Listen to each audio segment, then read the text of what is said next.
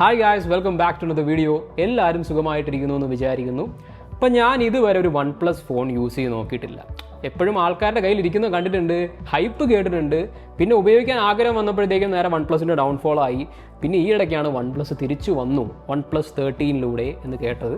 അപ്പോൾ തൊട്ടേ ഉപയോഗിക്കണം എന്ന് ആഗ്രഹം ഉണ്ടായിരുന്നു. കാരണം എനിക്ക് ആക്ച്വലി അങ്ങ് ഭയങ്കര റിലയബിൾ ആയിട്ടുള്ളൊരു മെസ്സേജായിട്ട് എനിക്ക് തോന്നിയില്ല. കാരണം OnePlusന്റെ റിലയബിലിറ്റി അങ്ങ് ഏറ്റവും താഴോട്ടങ്ങ് പോയതിന് ശേഷം അങ്ങോട്ട് വിശ്വാസമായില്ല. പക്ഷേ ഉപയോഗിച്ച് നോക്കിയതിന് ശേഷം എനിക്ക് മനസ്സിലായി ഒരു വലിയ തിരിച്ചുവരവ് തന്നെയാണ് OnePlus നടത്തിയിട്ടുള്ളതെന്നാണ്. ആക്ച്വലി എൻ്റെ ഫോണല്ല, എൻ്റെ ഫ്രണ്ടിൻ്റെ ഫോണാണ്. ഞാൻ 3-4 ഡേയ്സ് ഉപയോഗിച്ചു. ഒരുപാടൊന്നും ആക്ച്വലി മനസ്സിലാക്കിയെടുക്കാൻ പറ്റിയിട്ടില്ല. എന്നാലും ആവശ്യത്തിലേറെ മനസ്സിലാക്കിയെടുക്കാൻ പറ്റി ഒരു ഫോണിൻ്റെ സ്ട്രെങ്ത് എവിടെയാണ്, വീക്ക്നെസ് എവിടെയാണ്.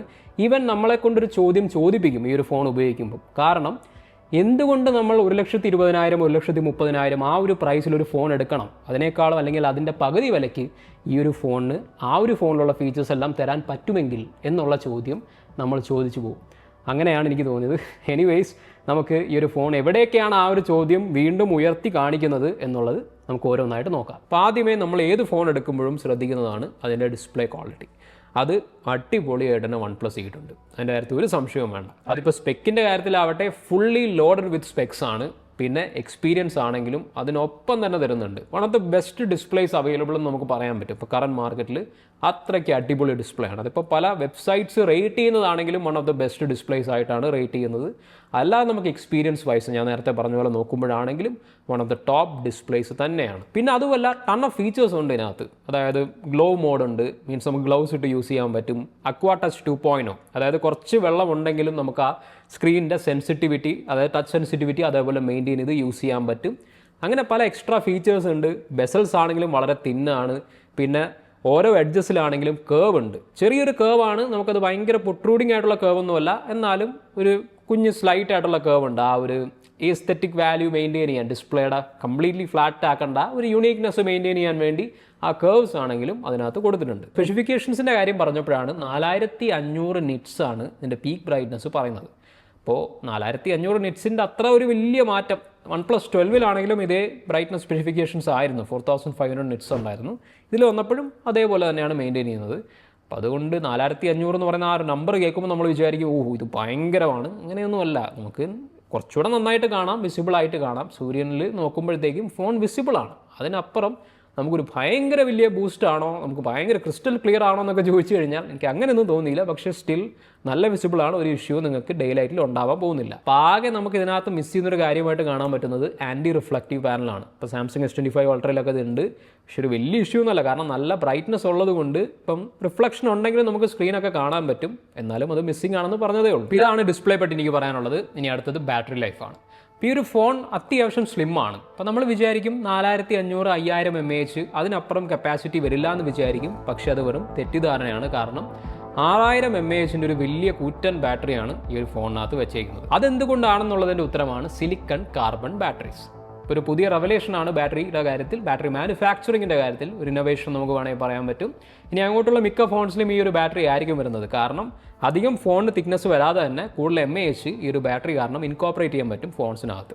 അപ്പോൾ അതവിടെ ഇരിക്കട്ടെ, അതൊക്കെ അത് മനസ്സിലായി. പക്ഷേ റിയൽ വേൾഡ് സിനാരിയോയിലോട്ട് നോക്കുമ്പോഴത്തേക്കും ബാറ്ററി ലൈഫ് എങ്ങനെയാണെന്ന് ചോദിച്ചു കഴിഞ്ഞാൽ യൂസ് കേസ് വൈസ് നോക്കുമ്പോഴത്തേക്കും നല്ല യൂസ് ആണെങ്കിൽ, അതായത് നല്ലപോലെ ഗെയിം ചെയ്യുന്നുണ്ട്, നല്ലപോലെ വീഡിയോ റെക്കോർഡിംഗ്, ക്യാമറ നല്ലപോലെ യൂസ് ചെയ്യുന്നുണ്ട്, ബ്രൈറ്റ്നസ് ഒക്കെ ഫുള്ളി ക്രാങ്ക് അപ്പ് ആയിട്ടാണ് നിങ്ങൾ ഉപയോഗിക്കുന്നത് എന്നുണ്ടെങ്കിൽ ഒരു ദിവസം കൊണ്ട് നിങ്ങൾക്ക് ഈ ഫോണിനെ ഫുള്ളി കില്ല് ചെയ്യാൻ പറ്റും. ബാറ്ററിയുടെ കാര്യത്തിൽ കേട്ടോ, അല്ലാതെ അടിച്ചു പൊളിക്കുന്നല്ല, ബാറ്ററി ഫുള്ളി കില്ല് ചെയ്യാൻ പറ്റും ഓഫ് കോഴ്സ്. അല്ലാതെ ഒരു 2 ഡേ ഫോണാണ് എങ്ങനെ വന്നാലും എന്നുള്ളതൊന്നും എനിക്ക് തോന്നിയിട്ടില്ല. അല്ല, നിങ്ങളൊരു കാഷ്വൽ യൂസറാണ്, വലിയ ഹെവി യൂസർ അല്ല എന്നുണ്ടെങ്കിൽ 1.5-2 ഡേയ്സ് ഈ ഒരു ഫോൺ നിൽക്കും. പക്ഷെ ഒരു കാര്യമുണ്ട്, ഫോണിൻ്റെ ബോക്സിനകത്ത് തന്നെ ഫാസ്റ്റ് ചാർജർ വരുന്നുണ്ട് 100 വാട്ട്സിൻ്റെ. ബാക്കി വലിയ ഫ്ലാഗ്ഷിപ്പ് ഫോൺസ് പോലെ എക്സ്ട്രാ നമ്മൾ ചാർജർ വാങ്ങേണ്ട കാര്യമില്ല. ഫാസ്റ്റ് ചാർജർ തന്നെ വരുന്നുണ്ട് 100 വാട്ട്സിൻ്റെ. ഒരു ബ്രിക്കൊക്കെ എടുത്ത് നോക്കുമ്പോൾ നമുക്കറിയാം എന്ത് തിക്കായിട്ടുള്ള ബ്രിക്കാണ്. സോ ആ ഒരു കാര്യം അവർ തരുന്നതുകൊണ്ട് ബാറ്ററി ലൈഫിനെ കുറ്റം പറയാനും പറ്റില്ല. കാരണം ഇത്രയും പവർഫുൾ ആയിട്ടുള്ള ഫാസ്റ്റ് ചാർജിങ് അല്ലേ തരുന്നത്. So it's not a big issue at all. പക്ഷേ ഒന്ന് മനസ്സിൽ നോട്ട് ചെയ്ത് വെച്ചിരിക്കുക ഞാൻ പറഞ്ഞ കാര്യങ്ങൾ. ഇപ്പോൾ ബാറ്ററി ലൈഫ് കഴിഞ്ഞു, ഡിസ്പ്ലേ കഴിഞ്ഞു, ഇനി അടുത്തത് പെർഫോമൻസ് ആണ്. ഇപ്പോൾ പെർഫോമൻസിൻ്റെ കാര്യം കൂടുതൽ എക്സ്പ്ലെയിൻ ചെയ്യാവുന്നില്ല, കാരണം സ്നാപ്ഡ്രാഗൺ 8 Lite ആണ് വരുന്നത്. കഴിഞ്ഞ വർഷത്തെ ആ ഒരു ജനറേഷൻ പ്രോസസ്സറിനേക്കാളും വലിയൊരു ജമ്പ് തന്നെ 8 Lite നടത്തിയിട്ടുണ്ട്. നമുക്ക് ബെഞ്ച് മാർക്ക് ടെസ്റ്റിൽ നോക്കുമ്പോഴത്തേക്കും കാണാൻ പറ്റും. AnTuTu ആവട്ടെ, ഗീക്ക് ബെഞ്ച് ആവട്ടെ, അത് റിയൽ ലൈഫ് സിനാരിയോസിലോട്ട് ട്രാൻസ്ലേറ്റ് ചെയ്യുമ്പോൾ വളരെ സ്മൂത്ത് ആണ്, ബട്ടർ സ്മൂത്ത് എന്ന് നമുക്ക് പറയാൻ പറ്റും. ഫോൺ ഓവറോൾ യൂസ് ചെയ്യുമ്പോഴത്തേക്കും ഓക്സിജൻ OS കൂടെ ആയതുകൊണ്ട് ഓൾറെഡി ആ ഒരു സ്മൂത്ത്നെസ് ഉണ്ട്. അപ്പോൾ അവിടെയൊന്നും നമുക്ക് വ്യത്യാസം അറിയാൻ പറ്റുന്നില്ല. പക്ഷേ നമുക്കല്ലാതെ ഗെയിമിംഗ് ആണെങ്കിലും ഇപ്പം ഞാൻ 2 ഗെയിമാണ് കളിച്ച് നോക്കിയത്. ഒന്ന് PUBG, അതുപോലെ PUBG അല്ല ബാറ്റിൽ ഗ്രൗണ്ട്സ്, അതുപോലെ തന്നെ ജെൻഷൻ ഇമ്പാക്റ്റും കളിച്ച് നോക്കി. ഇതിൽ രണ്ടിലും ഏറ്റവും സ്മൂത്ത് എക്സ്പീരിയൻസ് ആണ്. ഇപ്പം ഗ്രാഫിക്സ് വൈസ് ആയാലും നമുക്ക് നല്ല ഗ്രാഫിക്സിലിട്ട് നല്ല സ്മൂത്തായിട്ട് കളിക്കാൻ പറ്റും. അവിടെ നോ ഇഷ്യൂ. ഞാൻ പിന്നെ വലിയൊരു മൊബൈൽ ഗെയിമർ അല്ല, അതുകൊണ്ട് എനിക്കത് നിപ്പിക്ക് ചെയ്ത് ഓരോ കാര്യങ്ങളും എടുത്ത് പറയാൻ അറിയില്ല. അതിന് പ്രത്യേകമായിട്ടുള്ള വീഡിയോസ് നിങ്ങൾ നോക്കിയാൽ മതി, അതായിരിക്കും കുറച്ചുകൂടെ നല്ലത്. അപ്പോൾ കുറച്ചുകൂടെ നമുക്ക് മനസ്സിലാക്കാൻ പറ്റും ഗെയിമിങ്ങിൻ്റെ കാര്യത്തിൽ ഇതെങ്ങനെയാണെന്നുള്ളത്. പക്ഷേ അപ്രതീക്ഷിതമായിട്ട് വന്നൊരു കാര്യം എന്തെന്ന് വെച്ചാൽ ഫോൺ ഹീറ്റ് ആവുന്നുണ്ട്. മീൻസ് ഒരു ഹീറ്റ് ഫ്രീ ഫോൺ അങ്ങനെയൊന്നുമല്ല, അതൊരു ഫോണുമല്ല, പക്ഷേ സ്റ്റിൽ വിചാരിക്കുന്നതിനേക്കാളും പെട്ടെന്ന് ഫോൺ ഹീറ്റ് ആവുന്നുണ്ട്. ഇപ്പം ക്യാമറ ആപ്പൊക്കെ ഒരു 3-4 മിനിറ്റ് ഉപയോഗിക്കുമ്പോൾ തന്നെ ഹീറ്റ് ആവുന്നുണ്ട്. അതുപോലെ തന്നെ ഗെയിം കളിക്കുമ്പോഴാണെങ്കിലും ഹീറ്റ് ആവുന്നുണ്ട്. സോ അത് ചിലപ്പോൾ ഒരു സോഫ്റ്റ്വെയർ അപ്ഡേറ്റിൽ ചിലപ്പോൾ ഫിക്സ് ആവുമായിരിക്കാം. ആരും അധികം പറഞ്ഞ് ഞാൻ കേട്ടിട്ടില്ല ഈ ഒരു ഇഷ്യൂ. പക്ഷേ ആ ഒരു ബാക്ക് ഭാഗത്ത്, മീൻസ് ബാറ്ററിയുടെ ആ ഒരു ഭാഗത്തും ക്യാമറയുടെ ആ ഒരു ഭാഗത്തും ആ ഒരു ഹീറ്റ് അവിടെ നിന്നും നേരെ ഡിസ്പ്ലേയിലോട്ടൊക്കെ റേഡിയേറ്റ് ചെയ്ത് വരുന്നുമുണ്ട്. സോ അത് ഒരു കൺഫ്യൂസിംഗ് ആയിട്ട് എനിക്ക് തോന്നി. പക്ഷേ വെബ്സൈറ്റ്സിലൊക്കെ പല റിപ്പോർട്ട്സും ഞാൻ കണ്ടു OnePlus 13 ഹീറ്റ് ആവുന്നുണ്ട് എന്നുള്ളത്. ഇതൊരു വലിയ ഇഷ്യൂ അല്ല, പെട്ടെന്ന് ആ ഒരു ഹീറ്റ് കുറഞ്ഞു വരുന്നുണ്ട്. എന്നാലും ഒന്ന് മനസ്സിൽ വെച്ചേക്കുക, ഈ ഒരു ഫോൺ ഹീറ്റ് ആവില്ല എന്നുള്ളൊരു പ്രതീക്ഷയിൽ നിങ്ങൾ വാങ്ങണ്ട. ഫോൺ ഹീറ്റ് ആവും, ഇടയ്ക്കൊക്കെ ഹീറ്റ് ആവുന്നുണ്ട്. ഇനിയാണ് ക്യാമറയുടെ സെറ്റപ്പ് വൈസ് നോക്കുമ്പോഴത്തേക്കും 50 MB ട്രൈ ക്യാമറ സെറ്റപ്പാണ് ഇതിനകത്ത് വരുന്നത്. ഒന്ന് ടെലിഫോട്ടോ ലെൻസ് ഉണ്ട്, അതുപോലെ തന്നെ അൾട്രാ വൈഡ് ആംഗിൾ, എല്ലാം 50 MB ആണ്. ടെലിഫോട്ടോയുടെ കാര്യം നോക്കുമ്പോഴത്തേക്കും 3x വരെയാണ് ഒപ്റ്റിക്കൽ വരുന്നത്. ബാക്കി നമുക്ക് സൂമിൽ ഡിസ്കസ് ചെയ്യാം. അപ്പോൾ വൈഡ് ആംഗിളിൻ്റെ കാര്യം നമ്മൾ നോക്കുമ്പോഴത്തേക്കും ആ ഒരു സ്ക്രീനിനകത്ത് ആദ്യം കാണുമ്പോൾ അത്ര അപ്പീലിംഗ് ആയിട്ട് തോന്നുന്നില്ല ഫോട്ടോസ്. പക്ഷേ എടുത്ത് കഴിഞ്ഞ് പ്രോസസ് ചെയ്ത് വരുമ്പോഴത്തേക്കും നല്ല ഫോട്ടോസ് ആയിട്ട് തന്നെ തോന്നും. നല്ല ബ്രൈറ്റ് ആണ് ഇമേജസ് എല്ലാം. അതുപോലെ തന്നെ ക്രിസ്പാണ്, ഓവർ ഷാർപ്പനിങ് ഇല്ല, എന്നാൽ ക്രിസ്പ് ക്വാളിറ്റി മെയിൻറ്റെയിൻ ചെയ്യുന്നുമുണ്ട്. ഡെപ്ത് ഓഫ് ഫീൽഡ് ആണെങ്കിലും പക്കയാണ്. പലയിടത്തും നമുക്ക് പോർട്രേറ്റ് മോഡിലോട്ട് പോകാനേ തോന്നുന്നില്ല, കാരണം ഇതിൻ്റെ അല്ലാത്ത ക്യാമറയിൽ തന്നെ ഡെപ്ത് ഓഫ് ഫീൽഡ് ഓക്കെയാണ്. അതുകൊണ്ട് എക്സ്ട്രാ ഒരു ആർട്ടിഫിഷ്യൽ ഡെപ്ത് ഓഫ് ഫീൽഡ് എനിക്ക് പല സമയവും ചെയ്യാൻ തോന്നിയിട്ടില്ല. പിന്നെ അൾട്രാ വൈഡ് ക്യാമറ ആണെങ്കിലും നല്ല റിസൾട്ട്സ് തന്നെ തരുന്നുണ്ട്. 50 MB അൾട്രാ വൈഡ് ആയതുകൊണ്ട് തന്നെ വൈഡ് ആംഗിളിൽ നിന്നും അൾട്രാ വൈഡിലോട്ട് വരുമ്പോൾ ആ ഒരു ക്വാളിറ്റി ലോസ് ഒന്നുമില്ല. സാധാരണ അങ്ങനെയായിരുന്നല്ലോ, അൾട്രാ വൈഡ് കുറച്ചുകൂടെ താഴെ റെസൊല്യൂഷൻ ആയിരിക്കും. അപ്പോൾ അതൊക്കെ മാറിയതുകൊണ്ട് വേറെ പ്രോബ്ലംസ് ഒന്നുമില്ല. ഗുഡ് ക്വാളിറ്റി ഫോട്ടോസ് നിങ്ങൾക്ക് അൾട്രാ വൈഡിലാണെങ്കിലും എടുക്കാൻ പറ്റും. പിന്നെ അൾട്രാ വൈഡ് ക്യാമറയുടെ മറ്റൊരു ഫീച്ചറാണ് മാക്രോ ഫോട്ടോസ് ഓക്കെയാണ്, അത്ര തന്നെ. അല്ലാതെ അതിനകത്ത് എടുത്തു പറയാൻ ചില സമയങ്ങളിൽ നമുക്ക് നന്നായിട്ട് തോന്നും, എന്നാൽ ചില സമയങ്ങളിൽ അത്ര പോരാത്ത പോയെന്ന് തോന്നും. അങ്ങനെയാണ് എനിക്ക് ഫീൽ ചെയ്തത്. അത്യാവശ്യം നല്ല ലൈറ്റ് ഉണ്ടെങ്കിൽ ബെറ്റർ ആണ്, നല്ല മാക്രോ ഫോട്ടോസ് എടുക്കാൻ പറ്റും. ലൈറ്റ് കുറവാണെങ്കിൽ ക്വാളിറ്റി അത്രയും ഇല്ലാതെ. പിന്നെ പോർട്രേറ്റ് ക്യാമറയുടെ കാര്യം നോക്കുമ്പോഴത്തേക്കും 3x വരെയാണ് ഇതിനകത്ത് പോകുന്നത്, റേഞ്ച് വരുന്നത്. പിന്നെ ആ ഒരു 3xൽ നിങ്ങൾ ഒന്നുകൂടെ പ്രസ് ചെയ്ത് കഴിഞ്ഞാൽ ഒരു ഈസ്റ്റർ എഗ് പോലെ 3.4x വരെ നിങ്ങൾക്ക് പോകാൻ പറ്റും.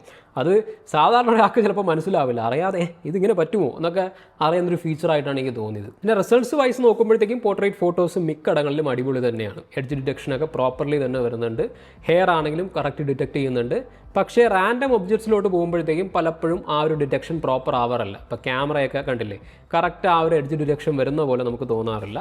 അപ്പം AI ഒക്കെ ഇത്ര അഡ്വാൻസ് ആയിട്ടും അതെന്താണ് വരാത്തതെന്നുള്ളൊരു സംശയമുണ്ട്. എന്നാലും എനിവേയ്സ് നമ്മൾ പോർട്രേറ്റ് ഫോട്ടോസ് ജനറലി നോക്കുമ്പോഴത്തേക്കും നല്ല ഗുഡ് റിസൾട്ട്സ് തന്നെയാണ് തരുന്നത്. പിന്നെ ടെലിഫോട്ടോ ലെൻസിൻ്റെ കാര്യമാണ് ലാസ്റ്റ് പറയാനുള്ളത്. 120x വരെ അതിനകത്ത് സൂം വരുന്നുണ്ട്. നല്ല വൈഡ് എക്സ്റ്റെൻസീവ് റേഞ്ചാണത്. 1 കിലോമീറ്ററിന് അപ്പുറം വരെ നിങ്ങൾക്ക് സൂം ചെയ്യാൻ പറ്റും. അപ്പോൾ അത് തരുന്ന ഫോട്ടോസ് എല്ലാം AI എൻഹാൻസ്ഡ് ആയിട്ടുള്ള ഫോട്ടോസാണ്, അല്ലാതെ റിയൽ ആയിട്ടുള്ള ഇമേജസ് അല്ല. പക്ഷേ അത് കുഴപ്പമില്ല, കാരണം ഈ ഒരു പ്രൈസ് റേഞ്ചിൽ 120x വരെ സൂം കിട്ടുക എന്ന് പറയുന്നത് തന്നെ അടിപൊളിയാണ്. പിന്നെ അത് എപ്പോഴും നമ്മൾ ഉപയോഗിക്കുന്ന ഒരു കാര്യമല്ല, ഒരു ഫൺ എലമെൻ്റ് ആണല്ലേ ഫോണിൽ. എനിക്ക് ഇഷ്ടമാണ് കേട്ടോ ഈ ഒരു സൂം. പലരും പറയും എന്താണ് ഇതിൻ്റെ ആവശ്യം, 120x ഒക്കെ ആരും ഉപയോഗിക്കാൻ. പക്ഷേ ഒരു ഫൺ എലമെൻ്റ് അല്ലേ ഇതൊക്കെ. അപ്പോൾ അതുകൊണ്ട് അത് ഉള്ളത് എനിക്ക് ഇഷ്ടമായിട്ട് തോന്നാറുണ്ട്. പിന്നെ അതുമല്ല, ഇത് കണ്ടില്ലേ, ഞാൻ ഇതിനകത്ത് 60x ഈ ഒരു ഫോട്ടോ എടുത്തേക്കുന്നത്. ഒരു ടവറിൻ്റെ ഫോട്ടോ ആണ്. അപ്പോൾ അതിനകത്ത് ആ ഒരു BSNL എന്ന് എഴുതി വെച്ചേക്കുന്നത് ക്ലിയർ ആയിട്ട് കിട്ടുന്നുണ്ട്, AI എൻഹാൻസ്ഡ് ആണെങ്കിൽ പോലും. എനിക്ക് സൂമിൻ്റെ ഏറ്റവും പ്രയോജനം തോന്നുന്നത് നമ്മൾ ഈ വൈൽഡ് ലൈഫ് സാഞ്ചുറീസിൽ അതുപോലെ തന്നെ സൂവിലൊക്കെ പോകുമ്പോഴാണ്. ഞാൻ തന്നെ വയനാട് പോയപ്പോഴത്തേക്കും ഒരു വൈൽഡ് ലൈഫ് സാഞ്ചുറി വിസിറ്റ് ചെയ്തായിരുന്നു. അതിനകത്ത് ഈ ഒരു ആനയുടെ ഫോട്ടോ ഒക്കെ നല്ല സൂം ചെയ്ത് എടുക്കാൻ പറ്റുമ്പോൾ ഒരു സന്തോഷമാണ് നമുക്ക്. കാരണം ഇവിടെയൊക്കെയാണ് ആക്ച്വലി ഈ ഒരു ഫോണിൻ്റെ ആ ഒരു സൂം നല്ലതാണ്, കൊള്ളാം. സാധാരണ വീട്ടിൽ ഇരിക്കുമ്പോൾ നമുക്ക് തോന്നില്ല, പുറത്ത് സാധാരണ സ്ഥലങ്ങളിൽ അങ്ങനെയൊന്നും പോകുമ്പോൾ നമുക്ക് സൂമിൻ്റെ ആവശ്യം തോന്നില്ല. പക്ഷേ ട്രാവൽ ചെയ്ത് പല യുണീക്ക് ആയിട്ടുള്ള ഫോട്ടോസ് എടുക്കാൻ ശ്രമിക്കുമ്പോഴത്തേക്കും സൂം ഭയങ്കര പ്രയോജനമായിട്ട് നമുക്ക് തോന്നും. പിന്നെ അവസാനമായിട്ട് വീഡിയോ ക്വാളിറ്റിയാണ്. അതാണെങ്കിലും സന്തോഷമായിട്ടുള്ള കാര്യം എന്താണെന്ന് വെച്ചാൽ, പണ്ടൊക്കെ ഐഫോണും ആൻഡ്രോയിഡും തമ്മിൽ വലിയൊരു ഗ്യാപ്പ് ഉണ്ടായിരുന്നു. അപ്പോൾ അങ്ങനെയൊന്നും ഇല്ല. ഏകദേശം ഐഫോണിൻ്റെ അത്ര തന്നെ വീഡിയോ ക്വാളിറ്റി വൈസ് ആൻഡ്രോയിഡ് ഫോൺസും വരുന്നുണ്ട്. ആ ഒരു ഗ്യാപ്പ് കുറഞ്ഞ് വരികയാണ്. അതൊരു സന്തോഷമായിട്ടുള്ള കാര്യമാണ്. കാരണം പലരും ഈ ഒരു വീഡിയോ ക്വാളിറ്റിക്ക് വേണ്ടി ഐഫോൺ എടുത്ത് അതിനോട് യൂസ് ടു ആവുന്നവരുണ്ട്, ഞാൻ ഉൾപ്പെടെ. പക്ഷേ അങ്ങനെയല്ല. ഇപ്പോൾ ആൻഡ്രോയിഡ് ഫോൺസിലും നല്ല ക്വാളിറ്റി കിട്ടുന്നതുകൊണ്ട് അതൊരു വലിയ ഇഷ്യൂ അല്ല. ഇതിനകത്ത് നമുക്ക് 4K 30 FPS എടുക്കാം, 4K 60 FPS എടുക്കാം, 8K 30 FPS നിങ്ങൾക്ക് വേണമെങ്കിൽ എടുക്കാം എന്നുള്ളതേ ഉള്ളൂ. ഒരു എക്സ്ട്രാ ഡീറ്റെയിലിനൊക്കെ വേണ്ടി എഡിറ്റിങ്ങിനൊക്കെ നമുക്കതൊരു പ്രയോജനമാകും. 8K ഇപ്പോൾ എവിടെ ഇട്ട് കാണുന്നുള്ളത് എനിക്കറിയില്ല. കാരണം നമ്മൾ ഉപയോഗിക്കുന്ന മിക്ക സ്ക്രീൻസും 4K ആണ്, അതിന് താഴെയാണ്. 8K TVs ഒക്കെ ഉണ്ടെങ്കിൽ 8K മോണിറ്റേഴ്സ് ഒക്കെ ഉണ്ടെങ്കിൽ കൊള്ളാം. അല്ലാതെ എവിടെ ഇട്ട് കാണാനോ 8K? അല്ലാത്തൊരാൾക്ക് ഉപയോഗം വരുന്നതെന്ന് വെച്ചാൽ 8K എടുത്തിട്ട് എഡിറ്റ് ചെയ്യാനും 4K ആ ഒരു ഡീറ്റെയിൽസ് കുറച്ചുകൂടെ ക്യാപ്ചർ ചെയ്യാം എന്നുള്ളതിനപ്പുറം ഒരു സാധാരണ ഒരാൾക്ക് 8K കൊണ്ട് വലിയ പ്രയോജനമൊന്നുമില്ല. ഏകദേശം ഒരു ഗിമിക്ക് തന്നെയാണ് ഇപ്പോഴും. സോ എനിവേസ് അങ്ങനെ ഒരു ഓപ്ഷനും കൂടെ ഉണ്ടെന്ന് പറഞ്ഞതേ ഉള്ളൂ. സ്റ്റെബിലൈസേഷൻ്റെ കാര്യം നോക്കുമ്പോഴത്തേക്കും നല്ല സ്റ്റെബിലൈസേഷൻ ഉണ്ട്. ഇപ്പോൾ സൈഡിൽ ഒരു ഇമേജ് സ്റ്റെബിലൈസേഷൻ ഒരു ഐക്കൺ നിങ്ങൾക്ക് കാണാൻ പറ്റും. ആ ഒരു ഐക്കൺ നിങ്ങൾ പ്രസ് ചെയ്ത് കഴിഞ്ഞാൽ കുറച്ചുകൂടെ സ്റ്റെബിലൈസേഷൻ കിട്ടും. അങ്ങനെയാണ് എനിക്ക് തോന്നിയത്. സാധാരണഗതിയിൽ സ്റ്റെബിലൈസേഷനൊക്കെ അടിപൊളിയാണ്. പിന്നെ അതുമല്ല, എക്സ്ട്രീം ടെസ്റ്റിംഗ് ഞാൻ ചെയ്തായിരുന്നു. ഞാൻ പറഞ്ഞില്ലേ വയനാട് ഒരു വൈൽഡ് ലൈഫ് സാഞ്ചുറി പോയെന്ന്. അവിടെ ജീപ്പ് സഫാരി ആയിരുന്നു. ആ ഒരു സമയത്ത് ഞാൻ വീഡിയോ എടുക്കാൻ നോക്കിയപ്പോഴത്തേക്കും ആണെങ്കിലും സ്റ്റെബിലൈസേഷൻ അത്യാവശ്യമുണ്ട്. നല്ല ഷേക്കായിരുന്നു. ആ ഒരു കല്ലിട്ട് റോഡല്ലേ, അപ്പോഴത്തേക്കും നല്ല ഷേക്കായിരുന്നു. അപ്പോഴും വീഡിയോ കുഴപ്പമില്ലാതെ നമുക്ക് എടുക്കാൻ പറ്റുന്നുണ്ട്, പ്രോബ്ലം ഇല്ല. ഇതാണ് ക്യാമറയെ പറ്റി ജനറലി എനിക്ക് പറയാനുള്ളത്. ഞാൻ ഒരു കാര്യം മിസ് ചെയ്തിട്ടുണ്ട്. നൈറ്റ് ഫോട്ടോസിനെ പറ്റി ഞാൻ പറഞ്ഞിട്ടില്ല. അത് ആക്ച്വലി എനിക്ക് അതിനുള്ള സമയം കിട്ടിയില്ല. അതുകൊണ്ടാണ് ഞാൻ നൈറ്റ് ഫോട്ടോസിനെ പറ്റി പറയാത്തത്. അറിയാത്ത കാര്യം വെറുതെ പറയണ്ടല്ലോ. അപ്പം അതുകൊണ്ട് ക്യാമറ ജനറലി നോക്കുമ്പോഴത്തേക്കും നല്ല ക്യാമറയാണ്. ഇപ്പോൾ ഒരു ഫ്ലാഗ്ഷിപ്പ് ലെവൽ ഇതിൻ്റെ ഇരട്ടി പൈസ കൊടുത്താൽ കുറച്ചുകൂടെ ബെറ്റർ ക്യാമറ കിട്ടും. റിട്ടേൺസ് ഡിമിനിഷിംഗ് ആണ്, അല്ലാതെ ഭയങ്കര വലിയൊരു ഗ്യാപ്പൊന്നും നിങ്ങൾക്ക് ഫീൽ ചെയ്യില്ല. But still it's A solid camera system. പിന്നെ സോഫ്റ്റ്വെയർ എക്സ്പീരിയൻസ്, അതിൻ്റെ കാര്യം നോക്കുമ്പോൾ Oxygen OS 15 ആണ് ഇതിനകത്ത് വരുന്നത്. ആൻഡ്രോയിഡ് 15 അവരുടേതായിട്ടുള്ള സ്കിന്ന് നല്ല OS ആണ്. ഇപ്പം ഓരോ പേഴ്സണൽ ടേസ്റ്റ് ആണ് ഓരോ OS. ചിലവർക്ക് സാംസങ്ങിൻ്റെ OS, സാംസങ്ങിൻ്റെ UI ആണ് ഏറ്റവും ഇഷ്ടം. ഒരുപാട് പേർക്ക് അത് ഇഷ്ടമാണ്. ചിലവർക്ക് iOS ഇഷ്ടപ്പെടുന്നവരുണ്ട്. സോ ഒരു റിവ്യൂ പെർസ്പെക്റ്റീവിൽ നോക്കുവാണെങ്കിൽ ക്ലീൻ ആണ്, സ്നാപ്പി ആണ്, ഫാസ്റ്റ് ആണ് Oxygen OS 15. ആ ഒരു കാര്യം പണ്ടേ ആയിരുന്നു, ഇപ്പോഴും അങ്ങനെ തന്നെയാണ്. പിന്നെ നല്ലപോലെ കസ്റ്റമൈസേഷൻ കേപ്പബിലിറ്റീസും ഈ ഒരു ഫോണിനുണ്ട്. അതായത് ഇപ്പം ഐക്കൺസ് ചേഞ്ച് ചെയ്യാനാണെങ്കിലും സൈസ്, അതുപോലെ വാൾപേപ്പേഴ്സിൻ്റെ സ്റ്റൈൽ മാറ്റാനാണെങ്കിലും ഡിഫറെൻറ്റ് കസ്റ്റമൈസേഷൻ കേപ്പബിലിറ്റീസ് ഈ ഒരു ഫോണിനുണ്ട്. ഇനി അടുത്തൊരു വലിയ സംഭവമാണ് AI എന്ന് പറയുന്നത്. സാധാരണ നമുക്കൊക്കെ എത്ര വലിയ സംഭവമാണെന്ന് അറിയില്ല, പക്ഷേ കമ്പനി എല്ലാം ഈ ഒരു വാക്കാണ് എല്ലാ ഇവൻറ്റിലും വന്ന് പറഞ്ഞിട്ട് പോകുന്നത്. ഇപ്പോൾ കഴിഞ്ഞ ഇവൻസിലെല്ലാം AI എന്നുള്ളതല്ലാതെ വേറെ ഒന്നും കേൾക്കാൻ വയ്യ. അതുകൊണ്ട് നമുക്കും കൂടെ ജസ്റ്റ് ഒന്ന് പറയാം. ഇതിനകത്ത് ചില ഫീച്ചേഴ്സ് വരുന്ന ഏതൊക്കെ എനിക്ക് ഇഷ്ടപ്പെട്ടെന്ന് വെച്ചാൽ, നമുക്ക് താഴത്തെ ആ ഒരു ബട്ടൺ പ്രസ് ചെയ്യുമ്പോഴത്തേക്കും സർക്കിൾ ടു സെർച്ച് ഫീച്ചർ ഉണ്ട്. അത് ക്വൈറ്റ് നൈസാണ്. ചില സമയങ്ങളിലൊക്കെ നമുക്കത് ഉപയോഗിക്കാം. അല്ലാതെ ഫോട്ടോയിലോട്ട് പോകുമ്പോഴത്തേക്കും നമുക്ക് AI ഫോട്ടോ എഡിറ്റർ വരുന്നുണ്ട്. 4K ഡീറ്റെയിൽ ബൂസ്റ്റർ വരുന്നുണ്ട്. അല്ലാതെ റിഫ്ലക്ഷൻ ഇറേസർ, പിന്നെ ഒബ്ജക്റ്റ് ഇറേസർ, ഇങ്ങനെ പല ഫീച്ചേഴ്സും വരുന്നുണ്ട്. ഡീറ്റെയിൽ ബൂസ്റ്ററിൻ്റെ കാര്യം നോക്കുമ്പോഴത്തേക്കും എനിക്ക് ഹ്യൂമൻസിലോട്ട് വരുമ്പം ആ ഒരു ഡീറ്റെയിൽ ബൂസ്റ്റ് ചെയ്യുന്നത് പോലെയല്ല തോന്നിയത്, പകരം ഡീറ്റെയിൽ കുറയ്ക്കുന്ന പോലെ തോന്നിയത്. കുറച്ചുകൂടി ഒരു ക്ലീനർ ആയിട്ടുള്ള ഒരു സോഫ്റ്റ്വെയർ ഇമേജ് തരും, കുറച്ചുകൂടി പെയിൻറ്റഡ് ആയിട്ടുള്ള ഒരു ഇമേജ് തരും. പക്ഷേ അല്ലാതെ അനിമേറ്റഡ് ആയിട്ടുള്ള കാര്യങ്ങളോ അല്ലെങ്കിൽ അബ്സ്ട്രാക്റ്റ് ആയിട്ടുള്ള കാര്യങ്ങളോ ആണ് നിങ്ങൾ ഡീറ്റെയിൽ ബൂസ്റ്റ് ചെയ്യുന്നുണ്ടെങ്കിൽ അവിടെ ആക്ച്വലി പ്രറ്റി ഗുഡ് റിസൾട്ട്സ് ആണ് കിട്ടുന്നത്. പിന്നെ ഒബ്ജക്റ്റ് ഇറേസർ ആണെങ്കിലും ഉണ്ട്. ഇപ്പോൾ എന്തെങ്കിലും അനാവശ്യമായിട്ടുള്ള കാര്യം നിങ്ങളുടെ ഫോട്ടോയിൽ വന്നിട്ടുണ്ടെന്നുണ്ടെങ്കിൽ അത് മാർക്ക് ചെയ്ത് ഡിലീറ്റ് ചെയ്യാൻ പറ്റും. അതുപോലെ തന്നെ നമുക്ക് കുറച്ച് ഫണ്ണായിട്ടുള്ള രീതിയിൽ ഉപയോഗിക്കാം. അതായത് നമ്മുടെ മുഖത്തൊക്കെ വേണമെങ്കിൽ മാർക്ക് ചെയ്ത് AI കൊണ്ട് വേറെ എന്തെങ്കിലുമൊക്കെ കണ്ണൊക്കെ ഡിസ്റ്റോർട്ടഡ് ആക്കാനും മുഖമൊക്കെ വേറെ രീതിയിലാക്കാനൊക്കെ ഉപയോഗിക്കാം, വിച്ച് ഇസ് ഓൾസോ ഫൺ. പിന്നെ ബാക്കിയുള്ള മിസലേനിയസ് ഫീച്ചേഴ്സ് നോക്കുമ്പോഴത്തേക്കും ഒന്ന് IR ബ്ലാസ്റ്റർ വരുന്നുണ്ട്. അത് വെച്ച് നിങ്ങൾക്ക് റിമോട്ട് കൺട്രോൾ ആയിട്ട് ഫോൺ ഉപയോഗിക്കാൻ പറ്റും. AC കൺട്രോൾ ചെയ്യാൻ, TV കൺട്രോൾ ചെയ്യാൻ, അങ്ങനെ ഒരു കാര്യം. അല്ലാതെ നമുക്ക് അലേർട്ട് സ്ലൈഡർ ബട്ടൺ വരുന്നുണ്ട്. പണ്ട് തൊട്ടേ OnePlus ഫോൺസിൽ വരുന്നൊരു കാര്യമാണ്, ജസ്റ്റ് ഒന്ന് പറഞ്ഞതേ ഉള്ളൂ. പിന്നെ ചാർജിങ് നോക്കുമ്പോഴത്തേക്കും വയർലെസ് ചാർജിങ് വരുന്നുണ്ട്, റിവേഴ്സ് വയർലെസ് ചാർജിങ് വരുന്നുണ്ട്, റിവേഴ്സ് വയർഡ് ചാർജിങ് വരുന്നുണ്ട്. വയർലെസ് ചാർജിങ്ങിൻ്റെ 50 വാട്ടാണ് പവർ ഔട്ട്പുട്ട്. അല്ലാതെ റിവേഴ്സ് വയർലെസ്സിലോട്ട് വരുമ്പോഴത്തേക്കും 10 വാട്ടാണ്, റിവേഴ്സ് വയർഡ് വരുമ്പോഴത്തേക്കും 5 വാട്ട്സ് ആണ്. സോ ഫീച്ചർ പാക്ഡ് ആയിട്ടുള്ള ഫോണാണ്, അതിൻ്റെ കാര്യത്തിൽ ഒരു ഡൗട്ടും ഇല്ല. പക്ഷേ ഇതിൻ്റെ ഏറ്റവും വലിയ ഹൈലൈറ്റ് എന്ന് പറയുന്നത് ഇതിൻ്റെ പ്രൈസാണ്. കാരണം നമുക്ക് ആദ്യം 70,000 രൂപ എന്ന് പറയുന്ന ആ ഒരു മാർക്ക് ഉണ്ടെങ്കിലും അത് ആക്ച്വലി നമുക്ക് കുറച്ചെടുത്തുകൊണ്ട് വരാൻ പറ്റും. കാരണം ഒന്ന് എക്സ്ചേഞ്ച് ഓഫർ ഉണ്ട്. പഴയ ഏതെങ്കിലും ഫോൺ ഉണ്ടെങ്കിൽ നിങ്ങൾക്ക് എക്സ്ചേഞ്ച് ചെയ്യാം. പിന്നെ ബാങ്ക് ഓഫേഴ്സ് വരുന്നുണ്ട്, അതും നമുക്ക് ആക്ച്വലി ഉപയോഗിക്കാൻ പറ്റും. അങ്ങനെയൊക്കെ ഒരു 56-57 റേഞ്ചിന് നിങ്ങൾക്ക് ഈ ഒരു ഫോൺ എടുക്കാൻ പറ്റും, വിച്ച് ഇസ് അമേസിങ്. പിന്നെ നോ കോസ്റ്റ് EMI ഓപ്ഷനും ഉണ്ട്. അപ്പോൾ അതൊക്കെ വെച്ച് നോക്കുമ്പം ഈ ഫോൺ അടിപൊളി ഡീലാണ് ആ ഒരു പ്രൈസിന്. ഓക്കെ, ഇപ്പോൾ 70,000 ആണെങ്കിൽ പോലും ഇറ്റ്സ് ഓക്കെ. അല്ല, നിങ്ങൾ ഈ ഒരു ഓഫേഴ്സൊക്കെ അപ്ലൈ ആവുകയാണെങ്കിൽ ഒരു 50 റേഞ്ചിൽ 55, 56, 57 ആ റേഞ്ചിൽ എടുക്കുന്നുണ്ടെങ്കിലും അബ്സല്യൂട്ട്ലി അമേസിംഗ് ആണ്. വേറെ ഓപ്ഷൻ ഇല്ലയെന്ന് തന്നെ പറയേണ്ടി വരും, അത്ര കിടലാണ്. കാരണം അത് കഴിഞ്ഞ് ബാക്കിയുള്ളതെല്ലാം 1,00,000 രൂപയ്ക്ക് മുകളിലുള്ള ഫോൺസാണ്, അല്ലെങ്കിൽ ആ ഒരു റേഞ്ചിന് അടുത്ത് വരുന്ന ഫോൺസാണ്.